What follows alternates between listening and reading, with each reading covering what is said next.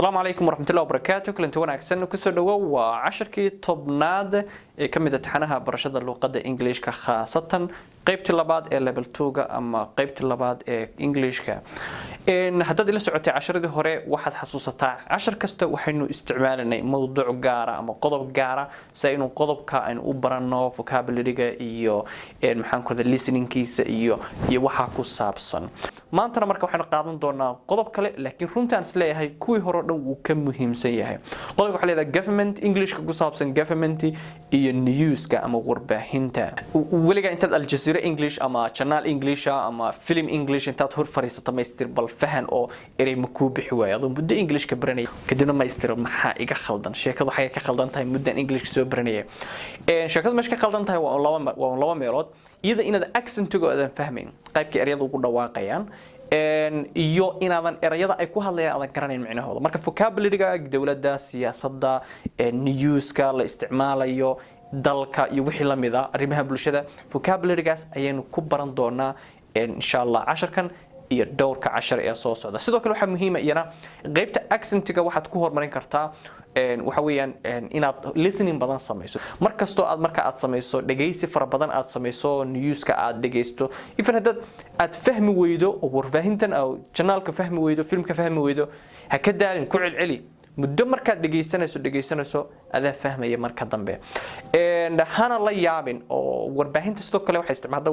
wariyaasha khaasatan international-ka oo kale training khaas la siiyaa tababar khaas la siiyaa leena qofku waxa laga rabaa war uu ku sheegi lahaa hal saac inuu hal daqiiqo ku soo koobo marka muxuu u baahan yahay inuu ku hadlo very fast sometimes waxa weeyaan maba arkaysid sometimes you don't know where the word starts or ends maba garanaysid meesha erayadu ka bilaamayaan iyo meesha ku dhamaanayaan bilaana waxay isticmaalayaan very fast marka laakiin isla iyaga saad u dhageysanayso waxa weeyaan waad la qabsanaysaa marka dambe marka insha Allah ila soco qaybta grammarka sidiis u soconaya waxaan ka hadlanay 12ka tennis ee Englishka iyo chapterka ka hadlanay kii sideedaad ayaynu maranaa casharkan waxaba inoo dhiman afarta future-ka oo kaliya mar dhow waan kala baxaynaa ila soco waa tahay casharka tobnaad waxaynu kaga hadlanaa mowduuca waxaan isticmaalnaa hore u sheegnayba government iyo English news haddaynu fiirino sectionska ama qodobada uu ka kooban yahay ko waxaynu baran doonaa ka bilaabi doonaa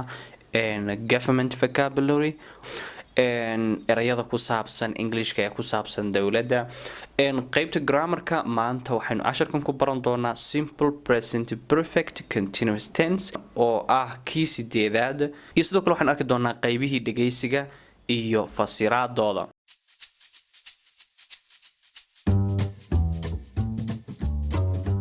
haddii ka filowno qaybta vocabulary government waa dawlad walow siyaafar badan oo kale loo isticmaalo maxaa leeyahay authority power leaders magacyadaas oo dhan waa magacyo maxaan ku radaa isku yar aga dhow vocabulary-ga maanta ama erayada inuu baranno maanta waxaan ka bilaabanaa president okay a president waa madaxweyne insha Allah jumlooyin ayaynu gelinaynaa maanta sawirada ma isticmaalano tusaale waxaan ku yiri marka jumlo la geliyo waxay noqonaysaa how many presidents and has Somalia got since independence imisa madaxweyne ayaa Soomaaliya soo maray ilaa xorriyadii okay jawaabtaadan ku dhaafaya a deputy president okay deputy president waxa weeyaan waa madaxweyne ku xigeen tusaale we don't use deputy president in Somalia ma isticmaalno madaxweyne ku xigeen halkan haddaan in yar iftiimiyo insha Allah adna ra'yigaaga waad ka dhiiban doontaa erayada marka aad vocabulary ama eraya cusub baranayso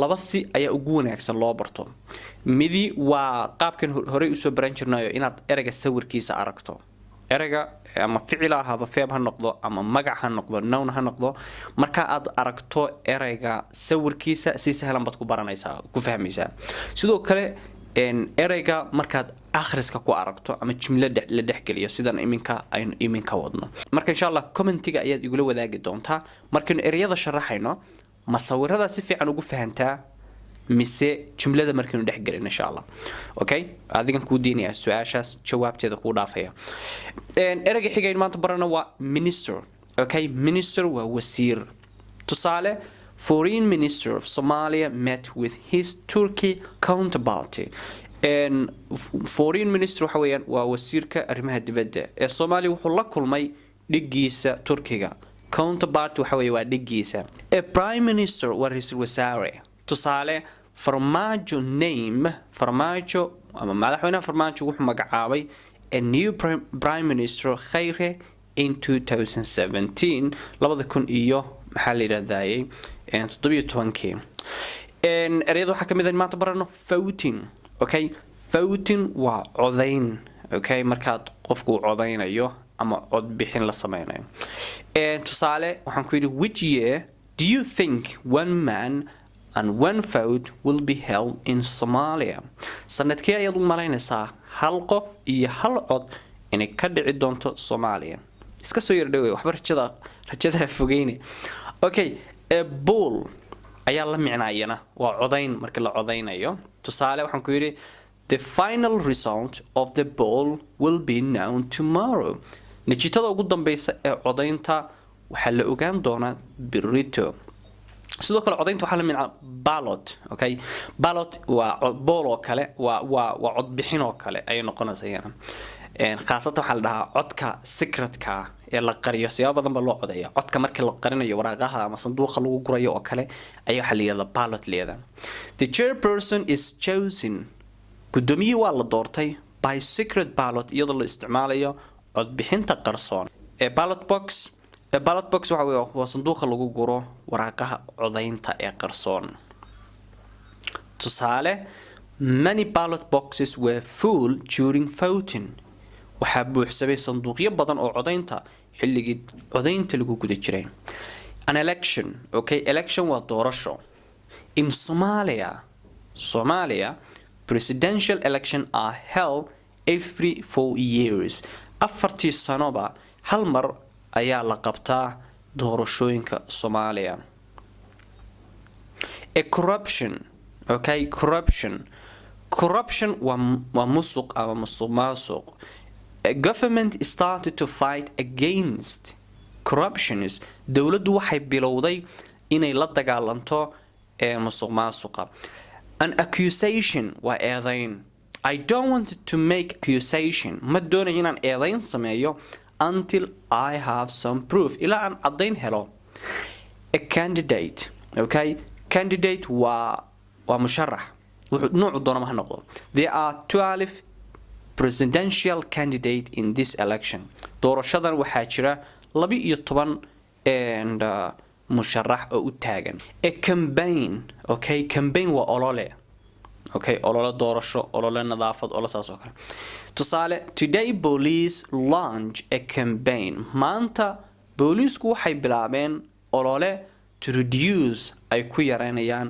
road accidents wadooyinka shiralka ka dhaca cabinet okay cabinet waa golaha wasiirada a prime minister will hold his first ra'iisul wasaare wuxuu qabanayaa first cabinet meeting tomorrow golihiisa wasiirada shirki golihiisa wasiirada ee ugu horeeyay parliament waxa weeye waa baarlamaan ama golaha shacabka ama xildhibaano waxa tiraahdo tusaale the Somalia parliament baarlamaanka Soomaaliya have many motions waxay keeneen motionno badan to impeach president say xilka uga tuuran madaxweynaha for the last 10 years 10 sano ee ugu dambeysay xildhibaanka maxaa leeyahay xildhibaanka waxa leeyahay member of parliament okay MP ina loo soo gaabiyo so waa xildhibaan iyadoo sidaas jumlad ku tahayba a party okay party waa xisbi okay markii laga hadlayo siyaasadda waa xisbi sidoo kale xafladahana waa la yiraahdaa laakiin waxaan ka uga jeednaa xisbi tusaale the leader party okay hogaamiyaha xisbiga will meet the president tomorrow morning wuxuu madaxweynaha la kulmayaa beri subax opposition waa mucaarad opposition party rejects an election results and xisbiga mucaaradku waxay diideen natiijada doorashada democracy okay democracy dimuqraadiyad waa in dadku maxaan ku radaa ay doortaan doorashadu ka timaado waa one vote one man kan ka hadlanayo kale people want democracy dadku waxay doonayaan dimuqraadiyad to decide what they want say u go'aansadaan waxa ay doonayaan dadka qaarna wax kale ku micneeyaan Politics, okay, was siyasad. Politics. We need to change something. Waxaan u baahanahay inaan wax bedelno to stabilize our politics. Saan u dejino siyaasadeena. Politician, okay, politician was siyasi. Many politicians, siyaasiyiin badan, tell a false to people. Waxay u sheegaan dadka been during elections, okay, xilliga lagu jiro doorashada. Constitution, okay, constitution waxa weeyaan waa dastuur. Constitution of Somalia was drafted for many years. Dastuurka Soomaaliya wuxuu ahaa qabiyo qoraal sanado badan. Justice ama justice labadaba loogu dhawaaqa. We need justice and development in our country. Waxaan u baahanaa cadaalad iyo horumar. Development waa horumar ee dalkeena. Rebellion waa rebel laga keenay. Rebellion waa mucaarad. Opposition bay la micno tahay. A rebellion groupka ama kooxda mucaaradka have taken a control of many areas. Meelo badan ayay la wareegteen.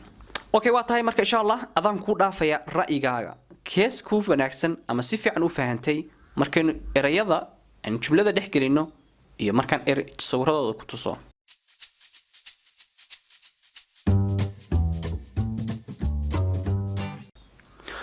haddaynu gudubno qaybta grammarka maanta san hore u sheegnay waxaan baran doonaa simple present perfect continuous tense oo maxaa tahay. We use the present perfect continuous. waxaan u isticmaalnaa fal waqtiyeedka la yiraahdo present perfect continuous to show that inuu ku tuso muxuu ku tusayaa inuu ku tuso an action ficilkaasoo started bilowday in the past xilli la soo dhaafay and has continued isla markaana soo socday up until now ilaa hadda soo gaaray. And we use duration like waxaan markaan ka hadlano present perfect waxaan isticmaalnaa sida 5 minutes 3 weeks 2 months 3 hours 2 hours.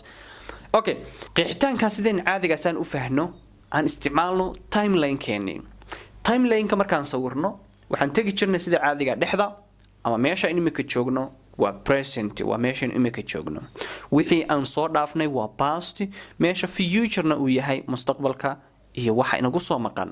kadib waxaan isweydiinanaa where the present perfect continuous goes on the line-ka xaguu dhacaa. aan kugu celiyo qeexitaanka waxaan yidhi waa an action ficil baynu yidhi started bilowday in the past. goormuu bilowday wuxuu bilowday waqti la soo dhaafay and has continued wuuna socday ilaa laga soo gaaraya maxay until now. waaba intaaba khalaas intaa qeexitaanka yar dad fahanto khalaas waad fahantay. okay, maxay noqonaysaa marka waa ficil soo bilowday pastiga xilli la soo dhaafay soo socday ilaa laga soo gaaray maxay presentiga laga soo gaaray. macnaha ficilkan waa ficil past la soo bilowday 5 daqiiqo ha noqoto 2 saacad ha noqoto isbuucyo ka noqoto 5 sano ha noqoto 6 bilood ha noqoto 10 sano ficil xilli la soo dhaafay soo bilowday isla markaana soo gaaray iminka ama isla iminka socda ama hadda dhamaaday. macnaha waa ficilkaas inuu hadda soo gaaray.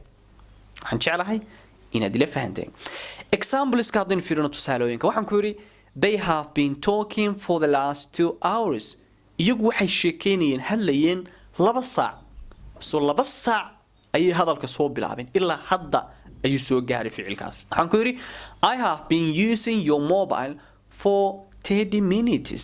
mobilkaaga waxaan isticmaalayay 30 daqiiqo. hadda laga yaabaa ku dhiibay ama wali waan isticmaalayaa. so 30 daqiiqan soo bilaabay ficilka ilaa 30 daqiiqo ilaa hadda laga soo gaaray mobilkaagan isticmaalaya. tusaale kale he has been working at that company for 5 years.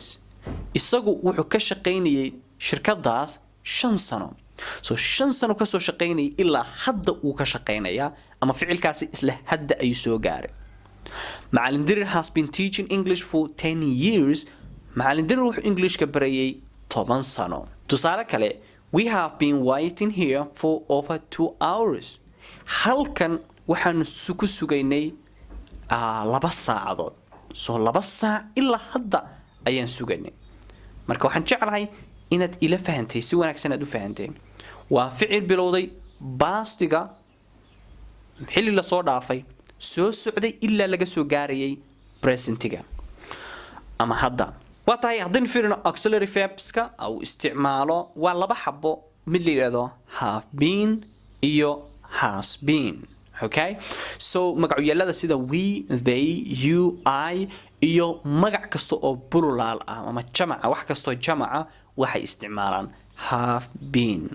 Okay, and meesha and magacyada she, he, it iyo magac kasto oo singular ama keliyana ay isqaataan ama isticmaalaan has been. haddaynu gudubno qaybta simple present perfect continuous forms qaybta formka waa qaybta maxaan ku raad jumlada loo qoro aan ka bilowno positive statement.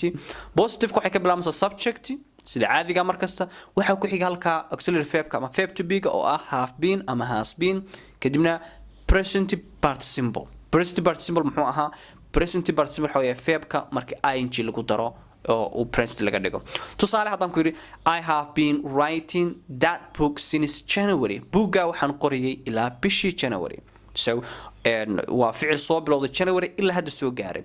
tusaale kale you have been learning English for 3 years. 3 sano ayaad English ka baranaysay ilaa hadda laga soo gaaray. We have been waiting for you for 2 hours. waxaan ku sugaynay 2 saacadood ayaan ku sugaynay. He has been sleeping since last night. wuxuu u hurdaa sidii xalay ayuu u hurdaa. They have been watching football matches since 4 o'clock. ilaa 4 buura kubadda ay daawanayeen. She has been cleaning that room for 20 minutes. qolka waxay nadiifinaysay 20 daqiiqo. Negative statement ka hadin fiirino sida caadiga not been isticmaali jirnay. marka have been waxay noqonaysaa have not. meesha has been ay noqonayso has not been. And tusaalayaasha hadin fiirino waxaan ku yiri I have been writing bay ahayd I have not been writing that book since January. buugga ma qorin ilaa January.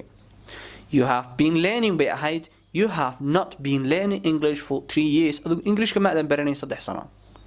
We have not been waiting for you for 2 hours. adigu kuma aanan sugayn 2 saacadood. He has not been sleeping since last night. isagu uma hurdo sidii xalay. They have not been watching a football matches since 4 o'clock. iyagu ma aysan daawanin kubadda ilaa 4 buura. She has not been cleaning that room for 20 minutes. iyadu qolka ma aysan nadiifinayn ilaa iyo 20 daqiiqo.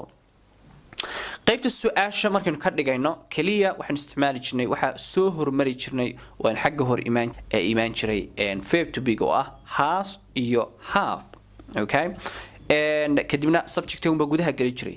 tusaale waxaan ku yiri been writing that book since January. buugga miyaan qorayay ilaa January. Have you been learning English for 3 years? adigu English ka miyaad baranaysay 3 sano.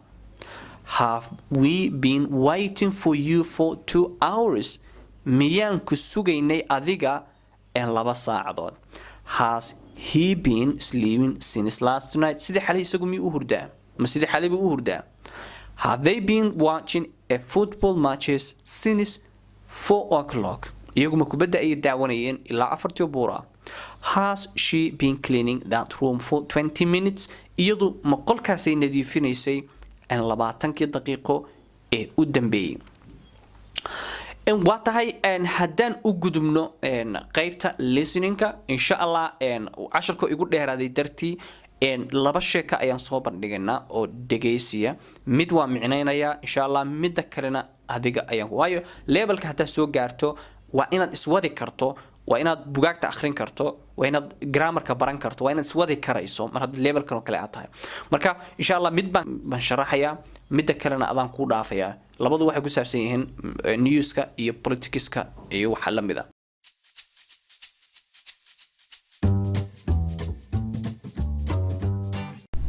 Good morning.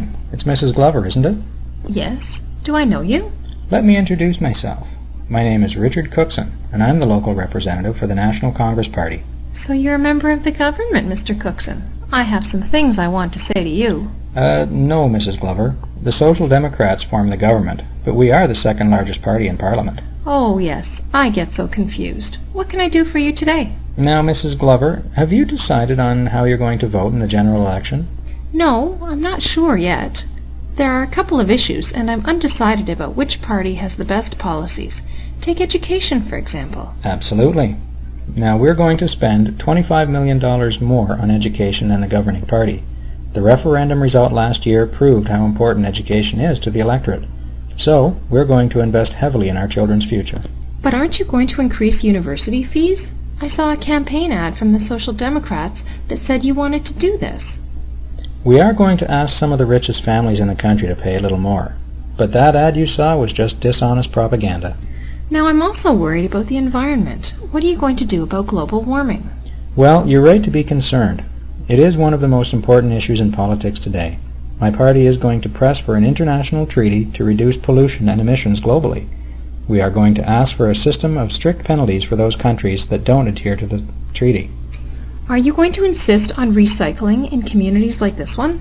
We don't have plans for that at the moment, but we can consider it. I know the Social Democrats want to promote this. What about taxation? Are you going to raise taxes? We are going to raise taxes by about 1% on average, although the wealthiest families will pay most of that. The poorest 30% of families won't have to pay any more taxes. We are going to cut taxes for these people. That won't include us, unfortunately. Do you know where your nearest polling station is, Mrs. Glover? Yes, it's opposite the public library. You must be very excited by the election, Mr. Cookson. The opinion polls show the National Congress Party up by 5%. We think people are seeing us as a responsible party and would like to see us in power. I think we'll get a significant majority in Parliament. Well, thank you for this little chat. I will have a good think about things before putting that slip into the ballot box. It's been a pleasure, Mrs. Glover. Good afternoon to you. Okay, and sheekadan micnaynano waxay ku saabsan tahay democracy in action. And waa iska siyaasadii oo kale. Erayadeenina way ku jiraan oo aan practice garanayna in soo aragnay qaybo kamid ah. Halkan waxa wada hadal sheekadu waxay ku saabsan tahay nin siyaasi ah iyo qof uu shukaansanayo oo ka shukaansanayo inay codka siiyaan ama maaragtay ay codka xisbigiisa u codeeyaan oo kale ayuu dadka ku qancinaya. Marka politician kiba qof u yimi wuxuu yiri good morning it's Master Clover so matihid Master Clover gabadha leeda waxay tiri yes ha do I know you miyaan ku ogaa miyaan ku garanaya. Politician ki wuxuu yiri ninka siyaasiga ah let me introduce myself and iskaabaro balhada. My name is Richard Cookson ayaa magacayga leeda. I'm the local representative for the National Congress Party. waxaan ahay shakhsi metelaya xisbiga leeyada National Congress Party. Okay, kadibna wax su'aal waxay weydiisay so you are a member of government. Ha marka waxaad ka mid tahay dawladda miya? And Master Cookson, I have some things I wanted to say to you. waxaan doonayaa inaan wax ku iraahdo. kadibna uu saxay wuxuu yiri no Master Clover ma ahi dawladda ka mid maahay. The Social Democrats form the government. macna xukuumadda waxa haya xisbi kale oo leeyahay Social and Democrats. But we are the second largest party in the parliament. Laakiin waxaan nahay xisbiga labaad ee ugu weyn baarlamaanka. Oh yes, I get so confused. Waanba kugu wareerayba. What can I do for you today? maxaan ku qabtaa marka maanta? wuxuu yiri now Master Clover marka. Have you decided how you are going to vote in general election? ma go'aansatay ama ma ku qanacday qaabkaadu inaad codeyn waxa qaabkaad u codeynayso in doorashada guud ee weyn? No, actually, I'm not sure yet. weli ma go'aansan ma hubo. There are a couple of issues waxaa jira dhowr xaaladood and I'm undecided about which party has the best policies. mana go'aansan weli xisbigee ayaa ugu wanaagsan arrimahaas. Take education for example. tusaale haddaan kuga soo qaado xagga tacliinta. kadibna wuxuu rabaa inuu tacliintii ku qanciyo. Absolutely. xaqiiqdii wuxuu leeyahay marka no, we are going to spend $25 million more on education than the governing party. waxaan doonaynaa inaan tacliinta gelino 25 milyan oo macnaha lacaga ama budget dhinaca tacliinta aan gelino.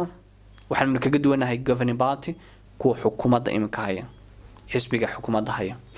The referendum result last year proved it aftidii la qaaday sanadkii la soo dhaafay referendum waa afti vocabulary aan baranay ka mid tahay waxay cadaysa marka how important education is to electorate so we are going to invest heavily in our children's future marka aftidaas waxay cadaysay say muhiim u tahay tacliinta marka waxaan doonaynaa inaan maalgelino caruurteena mustaqbalkooda but aren't you going to increase university fees su'aal bay marka weydiisayo xisbigaaga miyuusan ahayn ka kordhinaya lacagta jaamacadaha lagu dhigto I saw a campaign ad from the Social Democrats waxaan arkay olole maxaan ku radaa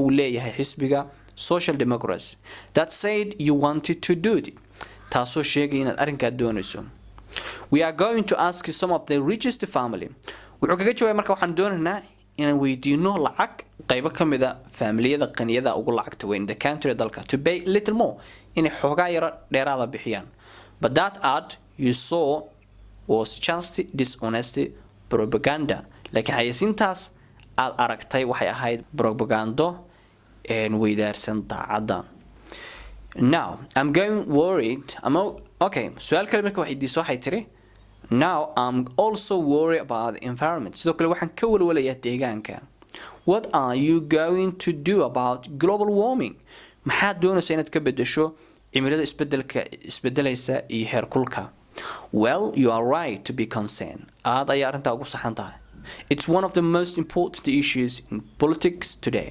waana midka ugu weyn ee ugu muhiimsan siyaasadda dunida maanta my party xisbigaygo is going to press for the international trade wuxuu doonayaa inuu qabto shir caalami ah kaasoo that reduces pollution kaasoo lagu yaraynayo reduce waa yarayn pollush wasakhda hawada gasha iyo emissions waa uumiga iyo qiiqa iyo waxa shirkadu sii daayaan globally si caalami ah inaan u yarayno we are going to ask you for system of strict penalties waxaan sidoo kale doonaynaa inaan sameyno system lagu ciqaabayo for those countries dalalka that don't stick to the treat okay dalalka aan u hoggaansamin shuruucdan are you going to insist on recycling in a community like this one miyaad doonaysaa recycling waxa weeye insist waa ku adkayn miyaad ku adkaysanaysaa recycling waxa la yiraahdaa waxa dib waxyaabaha maxaan ku radaa la beerdareeye ama qashinka oo dib loo warshadeeyo waa la yiraahdaa wax kastoo dib loo sameeyo la yiraahdaa we don't have plans for that ta hadda qorshe ugama degsana at the moment iminka but we can consider it like waan tixgelin karnaa okay I know the social democrats wanted to promote this tan waxa aad u raadinaya xisbiga social democrats what about taxation ka waran isaga cashuuraha are you going to raise taxes cashuuraha miyaad kor u qaadaysaa we are going to raise taxes about 1% on average boqolkiiba hal ayaan kor u qaadanaa although the wealthy families will pay most of that halkaa percentina wuxuu u badnaan doonaa dadka lacagta haysta the poorest 30% of the families won't have to pay any more taxes boqolkiiba 30 dadka aan waxba haysan ama danyarta wax cashuura ma bixinayaan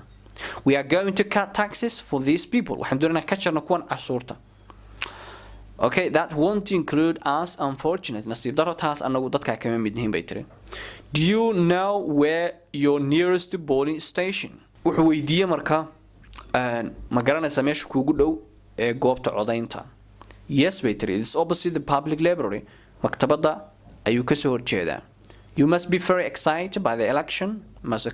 Cookson the opinion polls show the National Congress part up to 5% waxay sheegaysaa opinion waa waxa ra'yigu waxay sheegaysaa waxay tusaysaa ama sheegaysaa in National Congress Party uu yahay up to 5% uu macnaha kor u kacay kadibna wuxuu dhahay we think people are seeing us as responsible but waxaan aragnaa aan filaynaa inay dadku noo malaynayaan xisbi la isku hadlayn karo mas'uula and would like to see us in power waxaan sidoo kale aragnaa jecelnahay inay nagu arkaan anagoo xilka qabanay I think we will get a significant majority in the parliament. waxaan filayaa aan u malaynaa inaan heli doono aqlabiyadda ugu muhiimsan ee baarlamaanka. Thank you for this little chat. Waad ku mahadsan tahay wada sheekaysigan gaaban. I will have a good think about things before putting that slip into the ballot box. waxyaabo fara badan oo wanaagsan ayaan ka fekerin ama si fiican baan u fekeri doonaa intaana warqadda aan ku ridin sanduuqa doorashada. It's been pleasure, Mr. Clover. Good afternoon to you. Okay, waa qaybtii ama sheekadii u dambeysay adigana ku dhaafaya. Fadlan qoraalkeedan oo ku tusaya waa news weeyaan. waxaad sameynaysaa marka isku day inaad dhageysato isla markaana aad fahanto wixii erayo ku jira aad fahmi weydo dictionary isticmaal faham insha Allah way ku jiri doonaan oo maxaan ku raday waa imtixaanka kale way ku jirtaa su'aalo kamida sheekadaas maca salaama bye bye. Politics. I often ask myself what politics is. When I turn on the television and see politicians in action, I think it looks like a circus. A lot of the politicians I see are like comedians. They lie, they steal money, and get involved in all kinds of scandals. Politics should be about serving the people. This cannot happen when most of the people think most politicians can't do their job properly. I've always found it strange that there are usually only two kinds of politics in most countries. You vote for the Democrats or Republicans, the left or the right. Some countries have a middle, but that's still not a lot to vote for. I also think it's strange that most politicians do not focus on what the people want. People want better health and education, not war. Voting. I like voting. It's quite good fun. I feel quite important when I go to the voting station. It's a shame it's just once every 4 or 5 years though. I'd like to vote more. I think we should be able to vote on lots of things. If we had some voting software, we could vote every week on whatever the big issue is. I wish I had a vote when the Iraq war came. I think that war wouldn't have happened if the people had a vote. I also think we should be able to vote when a criminal gets a sentence in court. The judge gives someone 5 years for murder and 25 years for stealing money. That's wrong. Voting is a part of living in a democratic country. It's your country, so you should be able to have your say.